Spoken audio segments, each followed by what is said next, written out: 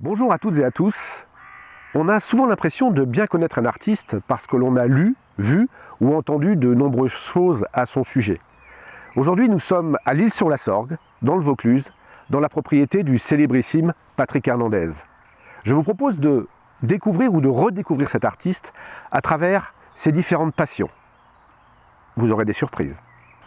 Patrick Hernandez, bonjour. Bonjour à vous Frédéric, bonjour. Merci de nous accueillir dans cette magnifique propriété, une sorte de havre de paix, je suppose. Oui, c'est là où je viens me ressourcer après tous ces concerts que l'on fait avec Star 80. On en fait plus de 120 par an, donc il est nécessaire de recharger les batteries de temps en temps. Ouais. On fait le tour un petit peu du propriétaire. Allez, je vous fais visiter le coin. Donc c'est une propriété qui est plutôt grande et avec beaucoup de végétaux. Ça y était dès le début ou c'est vraiment une création que vous avez faite? Non, il n'y avait rien au début. Dans ce jardin que vous découvrez, en fait, il n'y avait strictement rien. Il n'y avait qu'un champ de labour, en fait. Et tout ce que vous voyez planté, la moindre petite herbe, la moindre petite fleur, a été pensé et planté par une équipe de très bons jardiniers qui ont fait ce très très joli travail. D'accord. Oh, une jolie mare. Oui, c'est un coin un peu zen. Il y a beaucoup de gens qui sont au courant du fait que je m'intéresse à tout ce qui est extrême oriental, donc tout ce qui est zen m'attire et en fait j'ai fait faire ce petit étang de façon à venir m'y reposer, me ressourcer de temps en temps. Vous voyez, il y a des jolies petites fleurs autour. Rien à voir avec cette première passion qui a été la pêche? Oui, il y a de ça aussi. Je suis attiré par l'eau, quoi, finalement, parce qu'effectivement, la pêche a été, lorsque j'habitais plus au nord, a été une passion. Et en fait, la passion a commencé quand j'avais une propriété dans le Périgord, propriété qui était un moulin, donc moulin à eau, bien évidemment. Donc, ça implique une rivière et un bief qui passe sous la maison. Et donc, pour me retrouver un peu après cette histoire Born to Be Alive, il a fallu un moment que je pose mes valises. Et l'eau et la pêche m'ont beaucoup aidé à me retrouver, à me calmer et à réfléchir un peu sur ma condition et pour essayer d'analyser un peu ce qui s'était passé. Ça, c'était nécessaire pour redescendre un petit peu, faire redescendre la pression. D'accord. Magnifique propriété. N'est-ce pas? Je me suis laissé entendre dire qu'une autre de vos passions était la cuisine. Ah oui. Ça, je suis passionné de cuisine et ça depuis très très longtemps. J'étais chargé quand je travaillais dans les groupes, j'avais 18-19 ans, j'étais chargé de faire la cuisine pour tout le monde parce que voilà, il en fallait un. Et en fait, après avoir fait quelques boîtes de conserve réchauffées dans un bain-marie, j'ai décidé que je ne passerais pas ma vie à bouffer des conserves. Et donc j'ai appelé ma mère au secours qui m'a donné mes premières recettes. Ouais. Et depuis, je me suis piqué au jeu et en fait, tellement piqué au jeu que j'ai créé des bouquins de cuisine qui ne sont pas encore sortis, mais j'en suis au 4e bouquin de cuisine. Donc il y a 2 bouquins sur la cuisine étrangère et 2 bouquins sur la cuisine française franco-belge. Ouais. Et donc je ne désespère pas à un moment ou à un autre de sortir je sais pas, ça pourrait s'appeler Born to be a Cook, par exemple. Hein. Excellente idée d'ailleurs. Si vous avez fait quelques livres de cuisine, ça me donne une petite idée, tiens. Aïe. On va voir ça tout de suite. Allez, on va voir.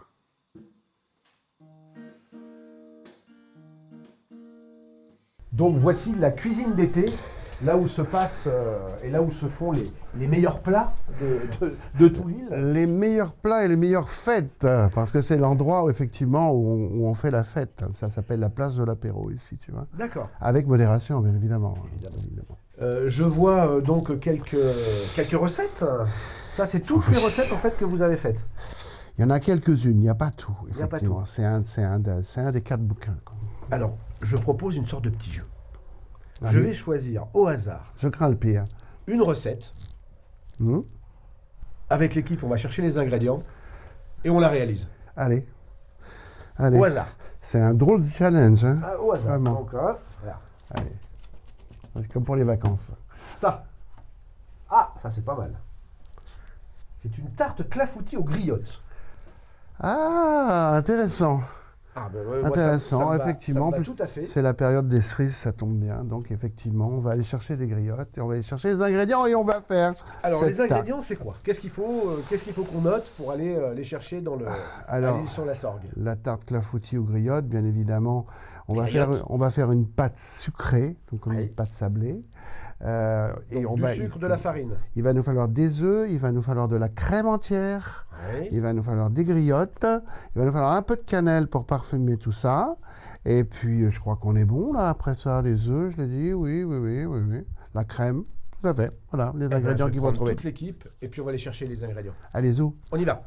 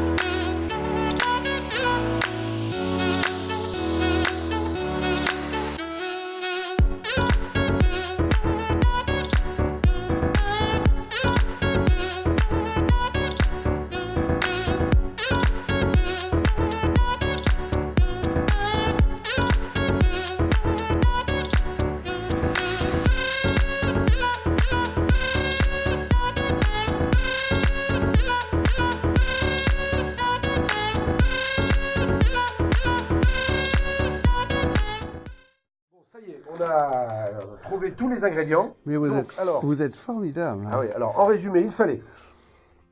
Il fallait des œufs, Ils sont là. il fallait des griottes, Les griottes. On les a. il fallait du sucre, Du sucre. On a le sucre. la farine On n'a pas oublié la farine. et de la crème. Et on n'a pas oublié la crème. Je crois qu'on a tout pour faire une belle tarte clafoutis aux griottes. Ben, on s'y met. Allez, on y va.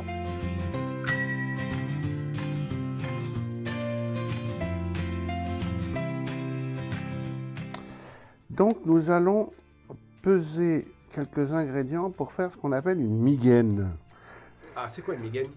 Alors, une migaine, c'est ce qui va souvent sur les tartes clafoutis, justement, ou alors sur les tartes au lardon, des choses comme ça qu'on fait dans l'est de la France. C'est cette fine crème que l'on met, on a l'impression que C'est un mélange de crème, D'accord. d'œuf, et là, puisqu'on fait du sucré, il va y avoir du sucre glace qui va... Alors, on va prendre 140 grammes de crème entière, hein.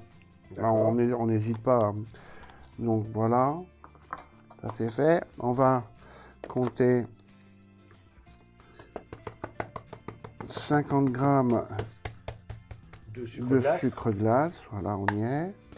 Ça, Et c'est là, fait. on va y mettre 2 œufs.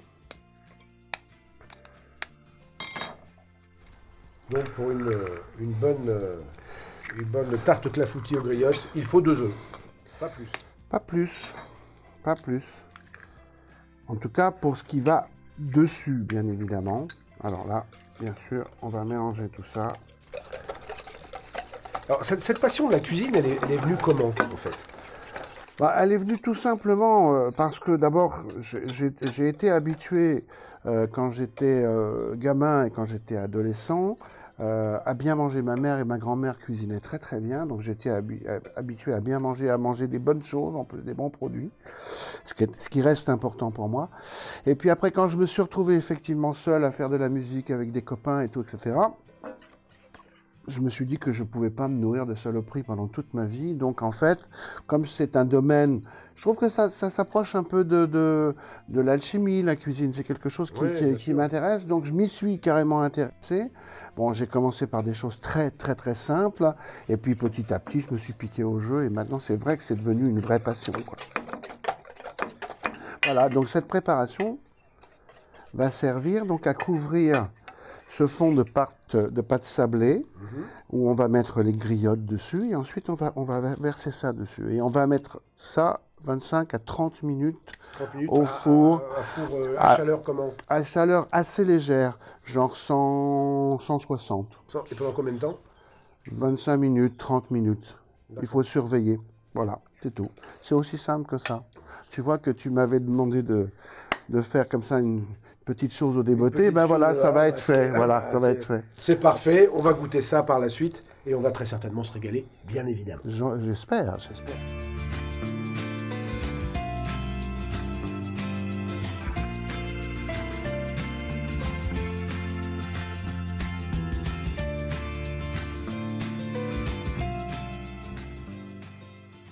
Bon Patrick, ça y est, c'est prêt? Je l'ai mis sur un plat, elle est magnifique. Et j'arrive pour la dégustation. Tu vois, le challenge a été relevé. Regarde-moi ça. Fait main. Alors là, on voit que c'est fait maison, vois-tu. Ah oui. Tu vois, la pâte est un peu irrégulière, mais enfin bon voilà, c'est du travail maison avec de la griotte. C'est un peu rare en plus la griotte, très honnêtement. Alors, pour parler toujours passion cuisine, cette passion vous est venue comment en fait? Ça m'est venu quand je me suis retrouvé seul avec mes copains musiciens à l'âge de 17, 18 ans, 19 ans dans ces eaux-là. Et on se nourrissait très très mal à l'époque, parce que personne n'avait réellement envie de faire la cuisine. Donc un jour je m'y suis collé. Et puis j'ai décidé qu'effectivement j'en avais ras-le-bol de manger des boîtes de conserve avec mes potes. On en avait parlé tout à l'heure. Et donc j'ai appelé ma mère au secours parce que je n'avais absolument aucune base. Et je lui ai dit voilà comment tu fais telle chose, comment tu fais telle chose. Donc j'ai acheté en première casserole, j'ai acheté une cocotte minute à l'époque, dont je me sers pratiquement plus maintenant. Mais elle est encore là. Mais ben oui, pas celle-là, hein. Ah. Pas celle-là. Non, j'en ai une neuve, t'inquiète pas. Bon. Très bien. Et donc, pour en venir donc, à cette passion de la cuisine, et arriver à préparer finalement 4 ou 5 volumes de recettes de cuisine. Pourquoi faire des recettes de cuisine pourquoi en faire un livre finalement?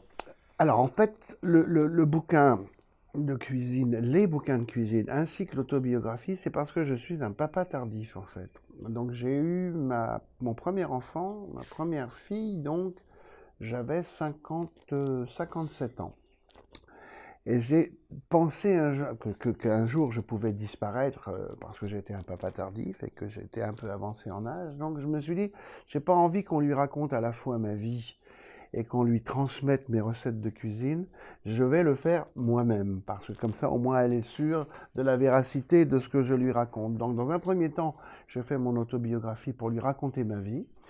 Et puis, en deuxième temps, j'ai voulu lui transmettre toutes les recettes, à la fois de famille, parce qu'il y a quelques petits secrets de famille, bien évidemment, et puis les recettes que papa aime bien faire, quoi. Donc en fait, je me suis piqué au jeu et au départ, je ne voulais faire que les recettes de famille, mais bon, j'ai élargi le spectre. Donc on prend une recette classique et on la fait façon Patrick Hernandez. C'est ça, parce qu'il y a toujours un petit changement ou une petite amélioration. La Hernandez Touch. La Hernandez Touch, exact. Alors la question un peu bête, je dirais, c'est quel est votre plat préféré? Alors c'est très compliqué parce que j'en aime vraiment beaucoup. Alors je vais plutôt citer un genre de plat plutôt qu'un plat en particulier.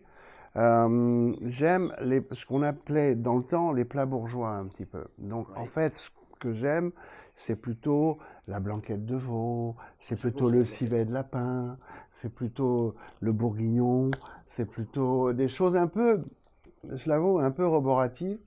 Mais tellement bon. Mais effectivement, ce sont des plats qui sont vraiment extraordinaires, quoi. D'accord. Et les desserts, c'est quelque chose qui est arrivé après le plat principal, éventuellement les entrées, ou ça, c'est quand même quelque chose euh, qui montrerait un peu un Patrick Hernandez gourmand, finalement. Je suis plutôt salé que sucré. Donc c'est marrant que le challenge soit tombé Ah ben sur ça, c'était au voilà, hasard. sur quelque chose de sucré. Mais en fait, par goût, je n'aime pas beaucoup le sucre. Et donc, par goût, je me suis intéressé très tard au dessert. Et en fait, je suis assez restreint. Contrairement au plat salé, je suis assez restreint Bien sûr, au niveau dessert. au niveau des desserts.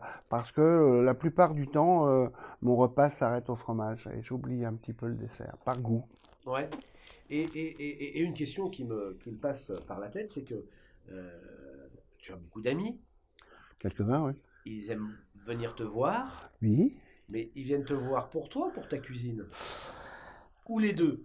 Je crois qu'ils viennent pour les deux. Alors, ce qui est marrant, c'est que ce soit la famille ou que ce soit les amis, ils arrivent avec une liste de plats De plats qui veulent. voilà, les incontournables de la maison que je dois leur faire.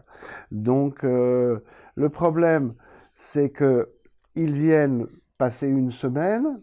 Ah, c'est une semaine quand même. Oui, oui, Le temps de goûter à souvent tout, une c'est une semaine. semaine. Donc, ils repartent en disant, j'en peux plus, je n'en peux plus.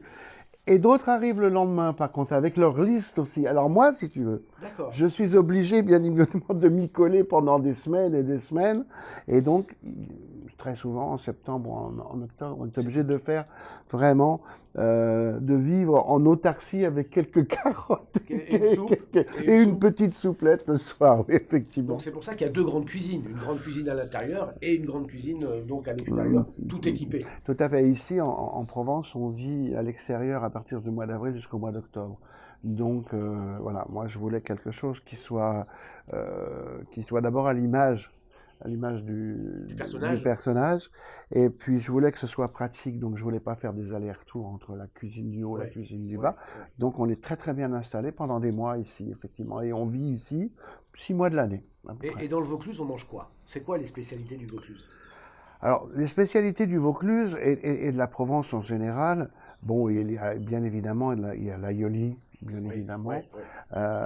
Il y a les alouettes sans tête aussi, qui ne sont pas des volatiles. Ah d'accord, je Non, croyais non, que ce c'est sont... l'alouette qu'on étêtait Non, non, et qu'on non, faisait non. griller. Non, non, ce sont des paupiettes de bœuf, en fait, les alouettes sans D'accord, tête, qui d'accord. sont cuites dans une sauce tomate. On peut y ajouter des olives vertes éventuellement, ou pas, qui servent avec des pâtes. Donc ça, c'est plutôt un plat du coin. Et puis alors, dans le Vaucluse, on a de très très beaux fruits et de très très beaux légumes. Donc par exemple, il y a les fleurs de courgettes Oui, que l'on farcit ou qu'on peut faire en en beignet. beignet, oui. Et c'est un département très très riche parce qu'il a été canalisé un peu ce que j'appelle à l'égyptienne, en fait, il y a des années, des années. C'était un département très sec où il ne poussait que de la garance D'accord. et pas grand-chose. Et il y avait quelques moutons. Et en fait, un barrage a été fait sur la Durance et on a canalisé tout le Vaucluse, qui est un petit département, donc ça n'a pas été non plus un travail de titan. On a canalisé tout le Vaucluse, ce qui fait que de ce département très sec, on est passé à un département qui bénéficie bien évidemment, puisqu'on est en Provence, du soleil au max et qui a beaucoup d'eau grâce à ces canaux. Donc on a des légumes et des fruits absolument exceptionnels ici, Et vraiment des bons exceptionnels. vins. Et des très bons vins, il y a les vins du Luberon, il y a les vins du Ventoux qui sont juste à côté. Et puis il y a nos camarades de Côte-du-Rhône du Sud, Ouais, qui sont aussi pas loin. donc on a Ouais. Châteauneuf-du-Pape qui fait partie, Ah qui oui, est dans le oui, Vaucluse en oui, plus, oui, qui est oui, chez oui. nous, les Gigondas, les Queyrannes, les Visans, tous les vins de Côte-du-Rhône du Sud. D'ailleurs, je suis intronisé dans quelques vins du coin, intronisé au niveau de la fraise de Ah Velleron, ouais, de d'accord. l'asperge de Mormoiron, de la truffe du Ventoux. Donc voilà. Donc, un passionné, on l'a vu tout à l'heure, Ouais, vraiment. par la pêche, Mhm. un passionné par la cuisine, Ouais, un passionné par le bon vin, ouais, un passionné par la musique, ouais. une vie de passion. Le reste, n'en parlons pas. Non, non, une vie de passion finalement. Une vie de passion, effectivement, mais je crois que ça fait partie aussi des caractéristiques des artistes. C'est-à-dire que nous sommes, si on n'était pas passionné vraiment, on ferait un autre métier, parce que c'est un métier très très compliqué, très très difficile, où il y a beaucoup d'appelés et peu d'élus. Ouais. Et donc, effectivement, il faut réellement être passionné pour faire ce métier. Et donc, effectivement, la cuisine, etc. Donc, tout ça va avec le caractère de quelqu'un qui est passionné. Effectivement. Ah, on va vite goûter cette magnifique, Mais ce t'aimes chef-d'œuvre. pas. Ce chef-d'œuvre que... N'exagérons rien. Si. À mon avis, je vais faire beaucoup d'envieux avec tous vos fans. D'ailleurs, parlons de vos fans. Ce que je trouve assez extraordinaire finalement, c'est que il y a énormément d'artistes qui ont des pages Facebook, des pages Instagram, mais ce sont rarement eux qui les gèrent. Alors que j'ai encore une fois ouï dire que derrière l'écran et derrière la page Facebook de Patrick Hernandez, c'est vous qui répondez en direct et qui êtes très actif et très proche finalement de vos fans, ce qui est très rare. Tout à fait, c'est rare. Il y a à peu près 99,9% des artistes qui ont quelqu'un qui s'occupe de leur, Voilà, de leur ouais, réseau. ouais. Alors moi, bon, c'est peut-être aussi parce que j'ai pas mal de temps à perdre. Je m'occupe moi-même de mes pages Facebook et Instagram. Twitter, non. Mais Facebook et Instagram, c'est moi-même effectivement qui répond aux gens qui m'envoient des petits mots. Et pour bien leur montrer d'ailleurs que je lis leur correspondance, je fais un like sur chaque message que l'on m'envoie. Et quand il y a matière à répondre, je réponds moi-même. J'y passe tous les matins. Je poste quelque chose d'une manière quotidienne, tous les matins. Et donc j'y passe, allez, disons une petite heure en me consacrant à ça et uniquement à ça, en buvant mon petit café du matin, le petit kawa. Et donc effectivement, je mets un point d'honneur à ce que ce soit moi qui réponde aux gens. Et il le voit bien, puisqu'il y a des réponses quand même qu'un autre que moi ne pourrait pas faire. Ouais. Oui, d'accord. Et il y a une garde rapprochée donc dans les fans. Je suppose qu'il y a des inconditionnels, qui sont toujours là. J'ai remarqué, parce que j'ai effectivement regardé un peu les pages, les commentaires, donc je vous suis depuis pas mal de temps, et je m'aperçois que toutes ces Alive Girls et Alive Boys sont hyper respectueux en fait. Et dans leurs commentaires, et ce n'est que finalement de l'amour qui... Oui, il y a un joli partage avec ces gens. Donc, il y a effectivement les Alive Girls, les Alive Boys. Et puis, il y a pas de nom, mais on en connaît certains. Mais ils se reconnaîtront en tout cas. Oui, et puis, il y a la Team 80 aussi. La Team 80, c'est autre chose. Ce sont des gens qui nous suivent, qui viennent sur nos spectacles, sur nos concerts. 20 fois, 25 fois, 30 fois par an. Quel que soit l'endroit géographique où ils font des kilomètres, ils font des kilomètres. Et ils font maintenant, très honnêtement, partie de la famille. C'est la Team 80, donc ils sont toute une bande de garçons et de filles. Et honnêtement... Combien, une trentaine, une quarantaine Oh, une petite trentaine, oui, une petite trentaine qui sont vraiment des très fidèles et que nous, on a effectivement... Vraiment adopté. Donc on passe du temps avec eux, ça nous arrive de boire un verre avec eux. Et puis effectivement, il y a les Alive Girls et les Alive Boys aussi qui sont un peu disséminés partout, avec lesquels quand je peux aussi, je bois un petit verre ou un petit café quand je les regarde. Ou même ceux qui habitent dans la région, ici je les vois assez régulièrement en ville. Donc on se fait coucou, on boit un café, on discute un peu des projets de Star 80, etc., etc. Ce sont des très fidèles et j'aime ce côté partage et j'aime ce côté hors de l'hystérie. C'est-à-dire que avec le parcours que j'ai connu avec Born to Be Alive, il y avait vraiment un moment, et je ne blague pas, il y avait un moment où j'étais protégé par l'armée et la police quand j'arrivais au Brésil, par exemple. J'avais vraiment une protection rapprochée. Parce que les fans étaient tellement hystérique que ça en devenait dangereux. Ouais. Alors, ce côté fan et ce côté hystérie, ça m'a jamais vraiment plu. Si, la première fois, parce qu'on a l'impression, moi qui suis un fan des Beatles, j'avais l'impression de me retrouver un peu dans l'esprit de la Beatlemania, donc c'était plutôt sympa. Mais après, ça gonfle très rapidement et ça fait même un peu peur de temps en temps. Donc, ce côté très soft que l'on connaît aujourd'hui, de gens qui s'intéressent à notre travail, qui s'intéressent à nos concerts, qui s'intéressent à nos personnalités aussi, eh ben ça c'est bien, c'est doux, c'est une vraie belle reconnaissance. C'est comme des dizaines de personnes que je croise à la gare, dans la rue, qui ne me sautent pas dessus. Il y en a qui ne me reconnaissent pas, il y en a qui me reconnaissent, qui me font coucou comme ça, il y en a qui me font un clin d'œil, il y en a qui me font un simple sourire. Ça, c'est vraiment bien. Ça c'est vraiment bien. Ouais. Et en fait, sur les fans, j'ai remarqué en regardant qu'il y avait des très jeunes Oui. et des un petit peu plus âgés. Parce que la plus jeune à quel âge? Doit avoir 17 ans. Même pas. La plus jeune, elle s'appelle Clara.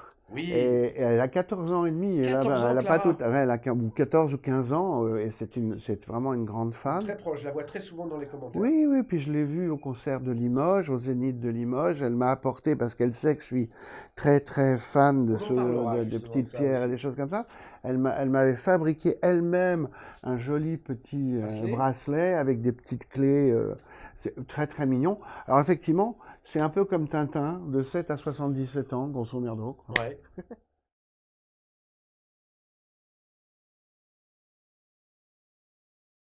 Bon, on va goûter ça. Donc. Si c'est pas bon, tu le dis pas surtout. Hein. Non, je vais pas le dire. Alors, j'ai sûrement déjà marché dedans, mais j'en avais jamais mangé. Non, je pense que je vais au deuxième test, oui, la griotte, c'est un côté un peu acidulé qui est franchement bon. Et justement, excellent. Excellent. Bon, ça va, je suis sauvé. Merci beaucoup. Alors, tout à l'heure, l'équipe a amené une petite bouteille d'eau de vie qui vient d'une région qui, je crois, est très chère, le Périgord. Et cette eau de vie vient de Sarlat, la Canada. Tout à fait. J'y ai habité, pas à Sarlat même, mais pas loin, pendant des années. Effectivement. Avant le succès ou après. C'est-à-dire que j'ai fait mes premières armes de musicien. Je continue. Hein. Oui, je vous en prie.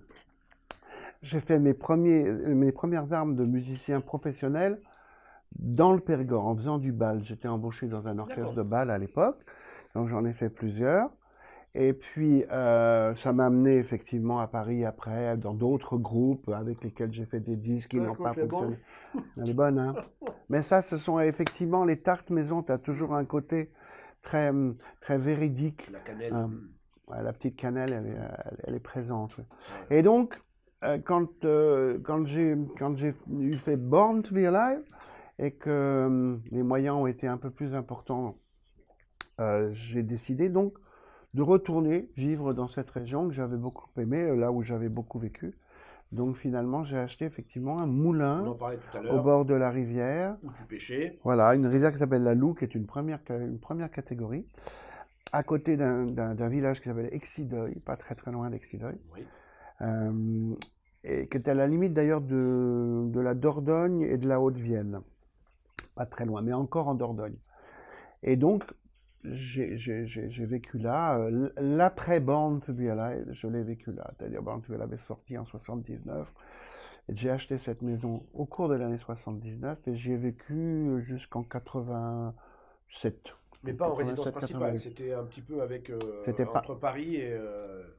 Tout à fait, je vivais entre Paris et le Périgord, avec effectivement une année 84 et 85 où j'ai passé plus de temps pour faire justement un peu cette analyse, cette introspection, pour essayer d'analyser un peu ce qui m'était arrivé et essayer de digérer le succès absolument incroyable de cette chanson. Donc là, 84-85, j'y ai passé plus de temps qu'à Paris, effectivement. Donc j'aime beaucoup cette région où effectivement on vit très bien. Et avant de m'installer en Provence, j'avais pensé peut-être retourner à nouveau dans le Périgord. Et puis après, je me suis dit que je quittais Paris à cause du mauvais temps, ou en tout cas de la pluie. Et le Périgord, c'est très très beau, c'est très très vert, mais c'est beaucoup moins sec que la Provence. Ouais. Et bon, je ne sais pas si ce sont les origines espagnoles et italiennes qui remontent à la surface, mais moi j'ai besoin de soleil. Donc je m'étiole quand il n'y a pas de soleil. Donc j'ai décidé, bien évidemment, d'oublier le Périgord et de venir m'installer en Provence. Et vous êtes installé ici, donc à l'Île-sur-la-Sorgue, il y a plus de 20 ans? Oui, je suis arrivé ici en 97, donc il y a 22 23 ans. ans. 23 ans, 22 ans. 22 ans, ouais. Et donc voilà, maintenant je fais partie des murs, c'est très bien. Je me balade dans l'Île-sur-Sorgue et on est quatre chanteurs à l'Île-sur-la-Sorgue. Donc, Alors, j'en connais, je pense, déjà trois, donc Patrick Hernandez, Mmh. Renaud, Oui, Patrick Bruel et oui, Dave. et Dave, Voilà, bien j'avais le évidemment. quatrième. On est quatre. Donc, maintenant, on va passer à la phase de dégustation. Une autre surprise? Une autre surprise, oui, parce que c'est cette fameuse eau de vie qui vient, merci beaucoup, qui vient donc de votre ancienne région, le Périgord. Oh la Donc, ça vient de poire, Sarlat. Une j'adore bonne ça. petite poire qu'on va goûter forcément, Allez, avec allez, modération, bien évidemment. avec modération, il ne faut pas oublier. Toujours avec modération. Les bonnes choses, toujours avec modération. Exactement. Alors, Voyons, on va juste un doigt un doigt, histoire de goûter. de ne pas se mettre minable. Ah non. Hein? Toc. Tenez, cher Frédéric. Merci beaucoup. Ah, ça sent la poire, il y en a un. Certains diraient il n'y a pas que de la poire. Excellent. Excellent. Donc une passion aussi pour le liquide. Le vin surtout, plutôt le vin ou éventuellement quelques cocktails. Vin et cocktail. Ouais. Vin et cocktail, mais particulièrement le vin, oui, oui, effectivement. Je suis un... Et en plus, donc, certains me disent je suis très Bordeaux, je suis très Bourgogne. Moi, je suis rien du tout. Je suis tous les vins. Ça dépend du moment. Je trouve ça un peu idiot d'ailleurs de dire je suis très Bordeaux, je suis très machin. Donc moi, je suis très tout. Et ça dépend du moment, ça dépend de ce qu'il y a dans mon assiette. Ça Parce que dépend les de vins la saison. s'accordent avec les plats, bien sûr. Évidemment, évidemment. En plus, ça dépend de la saison. Difficile, par exemple, de faire un Châteauneuf-du-Pape au mois d'août, quand il fait 40 degrés à l'ombre, quoi. Ou un gigondas. Ou un Gigondas, qui est son voisin. Donc voilà, j'aime vraiment tous les vins qui s'accordent effectivement avec tel ou tel plat.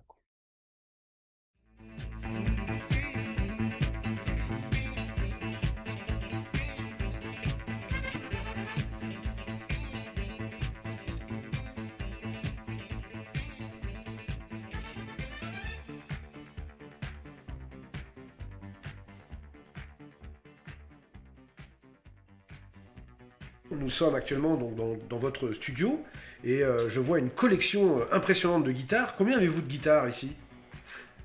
J'en ai quelques-unes aussi dans la maison, donc là, en tout, il doit y en avoir, à mon avis, une vingtaine, 20, 25 qui sont des guitares, pour certaines qui sont vraiment des guitares de collection un peu rares. Et une collection Beatles aussi, puisque je suis très très fan depuis des années des Beatles. C'est même ce qui m'a un peu incité à faire de la musique, leur début de carrière. Donc il y a une collection Beatles aussi, des guitares, non pas sur lesquelles ils ont joué, mais les modèles sur lesquels ils ont joué. Et est-ce qu'il y a des guitares qui ont appartenu à de célèbres chanteurs ou dans cette collection? Non, elles m'ont déjà appartenu, c'est déjà une bonne chose. Ça fait une Quand célébrité. je serai cané, on pourra les mettre en vente, elles prendront de la valeur soudain.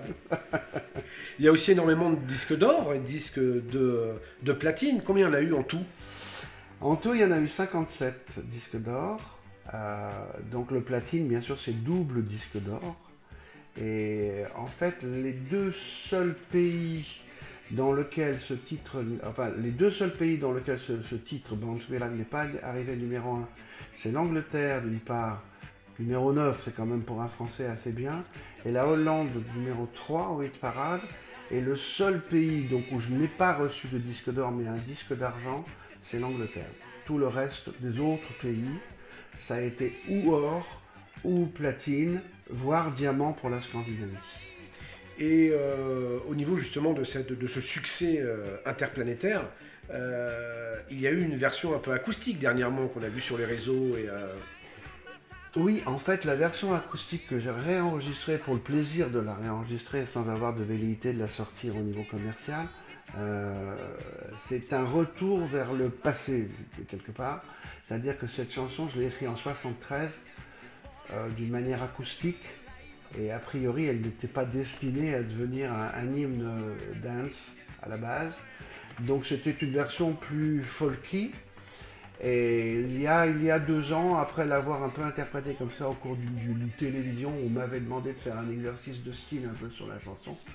Je me suis dit que ce serait peut-être bon de la réenregistrer de façon un jour éventuellement à la ressortir avec d'autres versions de Born to Be Alive que j'ai dans mes cartons.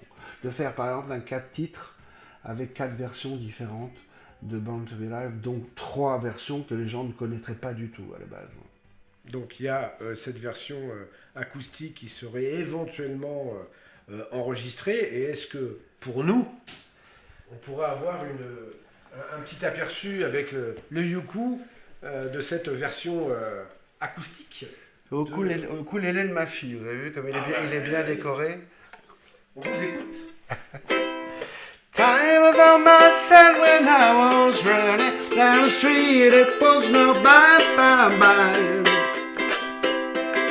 Suitcase and an old guitar and something to occupy my mind.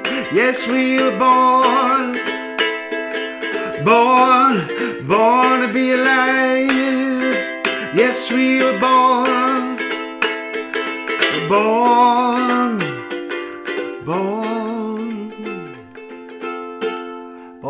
to be alive. Merci beaucoup. Encore une version Rien différente. Que pour nous.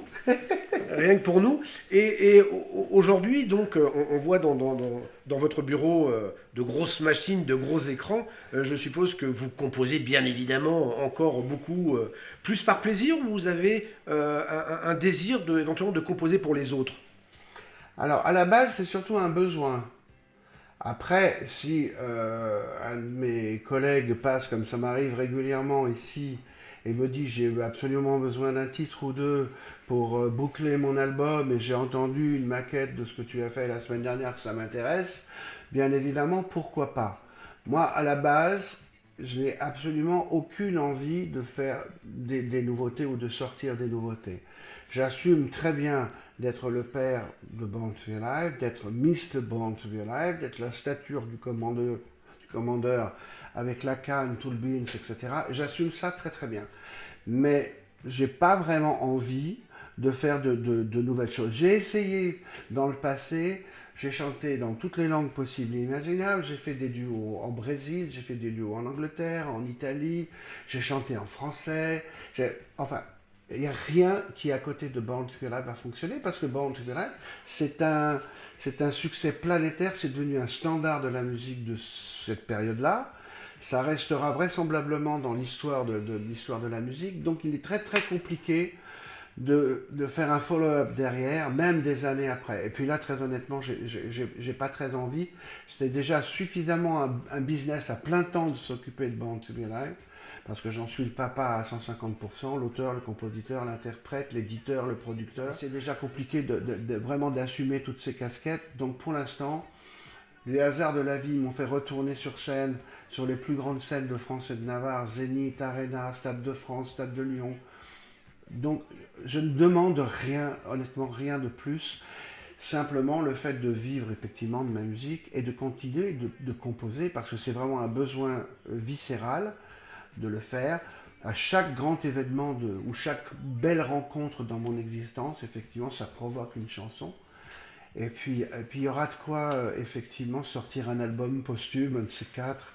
Il y a largement de quoi dans mes tiroirs de sortir même un triple album posthume, éventuellement. Et si on devait se poser la question, mais quel genre de musique aime Patrick Hernandez? Est-ce que ce serait du jazz, du classique, du grégorien, C'est Je quoi le style vais pas être très original parce qu'on est beaucoup dans ce cas-là. Et là, ce que vous venez de citer, eh bien, j'aime tout ça, effectivement, le grégorien. J'écoute beaucoup de classiques à la maison, beaucoup. Parce qu'on vit quand même à raison de 100 ou 120 concerts très bruyants toute l'année. Donc, de temps en temps, j'ai envie de me reposer un tout petit peu les oreilles. Et pour un compositeur, c'est toujours très utile d'écouter les gens qui ont composé des chansons classiques, ou des symphonies, ou des concertos, des choses comme ça. Donc j'écoute pas mal de classiques, et j'écoute pratiquement de tout avec une préférence pour la pop musique. C'est-à-dire que j'aime beaucoup les chansons, c'est-à-dire de quelque provenance qu'elles soient, mais avant tout, pour moi, il me faut la matière chanson, c'est-à-dire il faut de la mélodie, il faut de l'harmonie et il faut des belles voix, quoi. Je suis moins amateur, voilà, pour citer un bête exemple, de jazz instrumental, par exemple. Je suis moins intéressé par ça. Il me faut vraiment de la matière chanson, quoi. Et de quel instrument autre que la guitare jouez-vous? Sur mes disques, ça m'est arrivé de jouer des claviers. On est à peu près obligés tous maintenant de jouer un peu de clavier, puisque tout passe par des claviers maîtres quand on compose de la musique. Il est devenu maintenant très rare, contrairement à ce qu'on faisait dans le passé, où on avait un magnétophone et une guitare quand on était guitariste comme moi, et on s'arrangeait avec. Maintenant, il y a des claviers avec lesquels on peut faire, des claviers maîtres avec lesquels on peut faire à peu près tout ce qu'on veut. Donc on est obligé un peu de tâter du clavier. J'en ai joué sur scène aussi à une certaine époque, du clavier, sur quelques chansons où je m'accompagnais. J'ai joué de la basse aussi, et puis bien évidemment du ukulélé, de la guitare. Ukulélé, c'est pratique parce que on peut le transporter à peu près n'importe où, et on peut faire à peu près la même chose que l'on fait sur une guitare avec un son différent, mais on peut faire à peu près les mêmes chansons. Et pour un guitariste, ça n'est pas très compliqué d'apprendre à jouer du ukulélé, en fait. Donc voilà pourquoi je me trimballe avec ça. C'est les Beatles, notamment George Harrison et Paul McCartney, qui ont initié cette mode. Donc maintenant, pratiquement tout le monde se balade avec un ukulélé dans les avions. Regarde, dans un avion, ça tient pas de place, quoi. Alors qu'une guitare, c'est toujours très ennuyeux. Ça prend effectivement parce qu'on ne veut pas la mettre en place. soute, Ouais. parce que c'est compliqué de se balader avec, quoi. Et parlons encore musique, Patrick Hernandez, Star 80, c'est 3 fois le Stade de France. Le dernier étant au mois de mai dernier. Le 18 mai, où nous 18 avons mai, fait Stade notre de France. 3e Stade de France. Il y avait beaucoup de monde. C'était un pur plaisir. C'est un pur plaisir dans le sens où c'est quelque chose d'un peu exceptionnel, le Stade de France. Au niveau du plaisir pur, c'est pas en général ce que l'on préfère, parce qu'on est un peu loin du public, parce que c'est absolument immense. Donc, on a l'impression d'être un peu sur une île quelque part, loin de tout, loin du monde. Et ça n'est pas ce qu'il y a de plus agréable. Maintenant, c'était un super concert, et ça a toujours été un super concert au niveau du stade.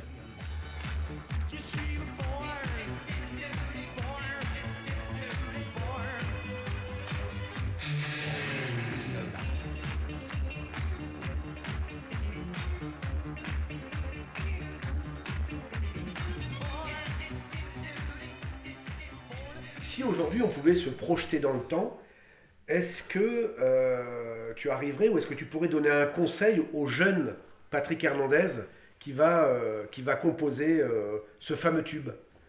Des petits conseils pour peut-être corriger des choses?